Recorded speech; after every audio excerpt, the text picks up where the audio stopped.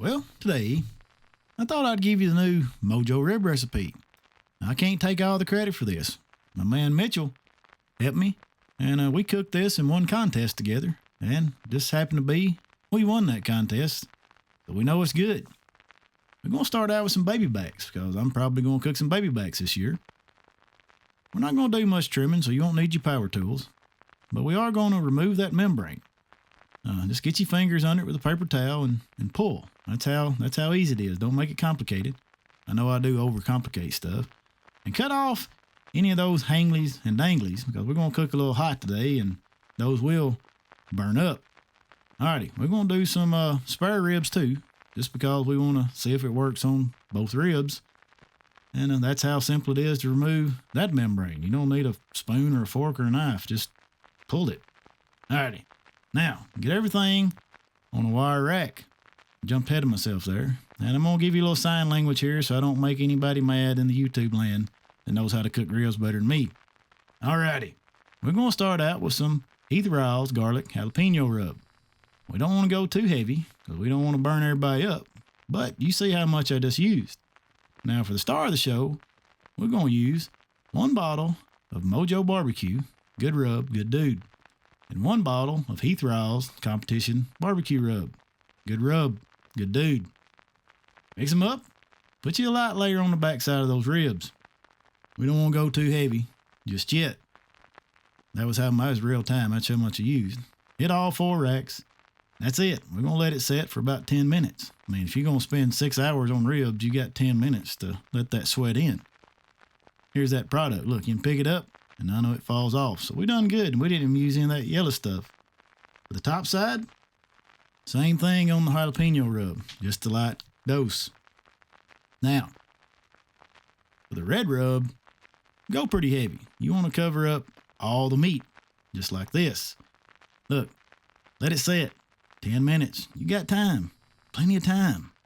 And it'll be pretty, just like this. Even those spare ribs, you'll pull them out and be like, oh man, I could eat them right now. But you can't because they're raw.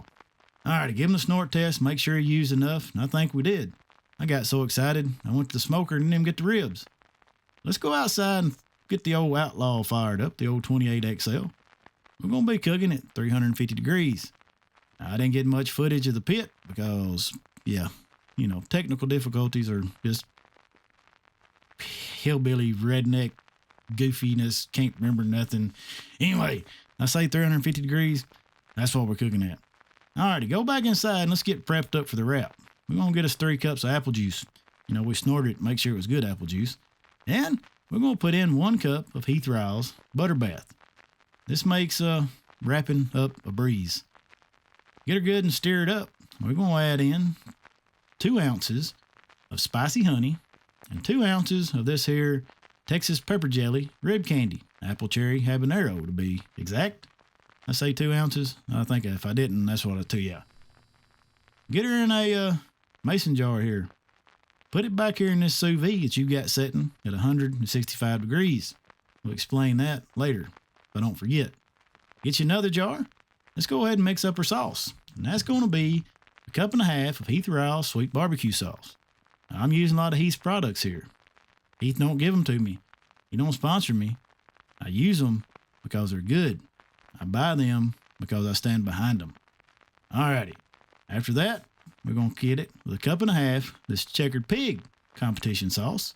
Thank you, Mitchell, for turning me on to that. And then about 1/4 cup of that there apple cherry habanero glaze. Stick it back there in that sous vide. Just let them babies hang out, get warm. Now, I forgot. After about 30 minutes, you might want to hit them ribs with a little water. Because, like I said, 350 is pretty hot. After 1.5 hours, this is what we look like. I cooked the color. And this is the color that I want you to look for. Get nice and mahogany, and the old rub does not come off on your glove. Alrighty, now it's time to wrap. This is how simple the butter bath makes it. Lay your ribs down, put your little rub on both sides, and fold it up in your foil. That's it. Leaving one side open. That was your baby backs, and I'll show you I'm going to do the same thing to the spares. And what I want to do is get all the ribs wrapped up as quick as you can. That way it holds in some of that heat. If you're cooking 6 racks or 18, we'll see. Then, when you get that warm butter bath, my thinking is if you have 165 degree liquid going on 165 degree ribs, it will not shock that rib. It's kind of like when you butcher something, you treat them all nice and you feed them some nice food before you pop them in the head. That way they're not tense when you kill them. Yeah, that's my idea. It may not exactly work, but it works for me. Alrighty, I convinced myself of that. Hope it did you too. Get those ribs, let's stick them back out on the Outlaw at 350 degrees. The spares, they come off in 48 minutes. The baby backs come off in 58 minutes. You can see they're nice and loose in the middle. They're reading at a good temp, 206, 207. And that probe goes in kind of like peanut butter. What else could you ask for? I mean, that's a done rib. Now get out your poor man's Cambro. Stick them babies inside. What I want you to do, get that lid on. And about for the first hour, every 15 minutes, I want you to go over there and open that lid. What we're going to call this is burping. Because if you don't burp them, they're just going to keep in there, or they're just going to keep on getting hotter and hotter there for a little while, and they're really going to be overcooked. Now, after about an hour, how long did I tell you? I thought 30 minutes to 4 hours in that cooler. I don't remember if I told you or not. Anyway, after that time, get them out, look at them, how pretty they are. But we did lose a little color. We want to get that color back. And also, if you'll watch here in a second when I go to pick it up, I almost break these ribs. And what I want to tell you, one reason we go back on is not only to get the color back, it's also, I tend to overcook my ribs for a reason, because I want the judges to have the most tender product they can. When I go back on the smoker, I'm going to throw on a fresh piece of cherry, and that smoke is going to tighten those ribs back up. So now you've got a tight rib, but a tender rib. It just kind of turns out perfect. Did I mention we cooked on hickory? The first part? I don't know. I'm not a professional YouTuber. Y'all just hang in there with me. I just like sharing a little video. A little recipe here and there. There you go. After 10 minutes, we got our color back. They looking good. It's called a dry rib. You could eat it if you want to. But we're going to make these babies good. Flip them over and hit them with that warm sauce. That sauce being warm, it just kind of glides all over the ribs. Don't be scared to go heavy, because sauce wins comps. Hit the backside with a little rub. Why? Because what's the first thing the judge touches? Oh, no, touches his finger and his teeth. The third thing that touches that rib from a judge is his tongue, and that's where he gets that flavor. All right, we got the top rubbed down. What I want to do is take them back outside after I hit them with this little spritz bottle to get the brush marks out, if there's any. We're going to put it back on the grill. Nope, a smoker. And for about 10 minutes. What I'm going to do, I'm going to throw a handful of cherry pellets in my firebox. We're going to hit it with just a little bit more smoke to get that sauce all good and tasty, smoky. And there you have it. There's my ribs. I think they look good. And we didn't even do a lot of trimming. That's like the least trimming I've ever done on a rib, I think. Anyway, give them a little shake there. Make sure it don't fall apart. We're pretending y'all are judges. And then you can take them, just break them right in half.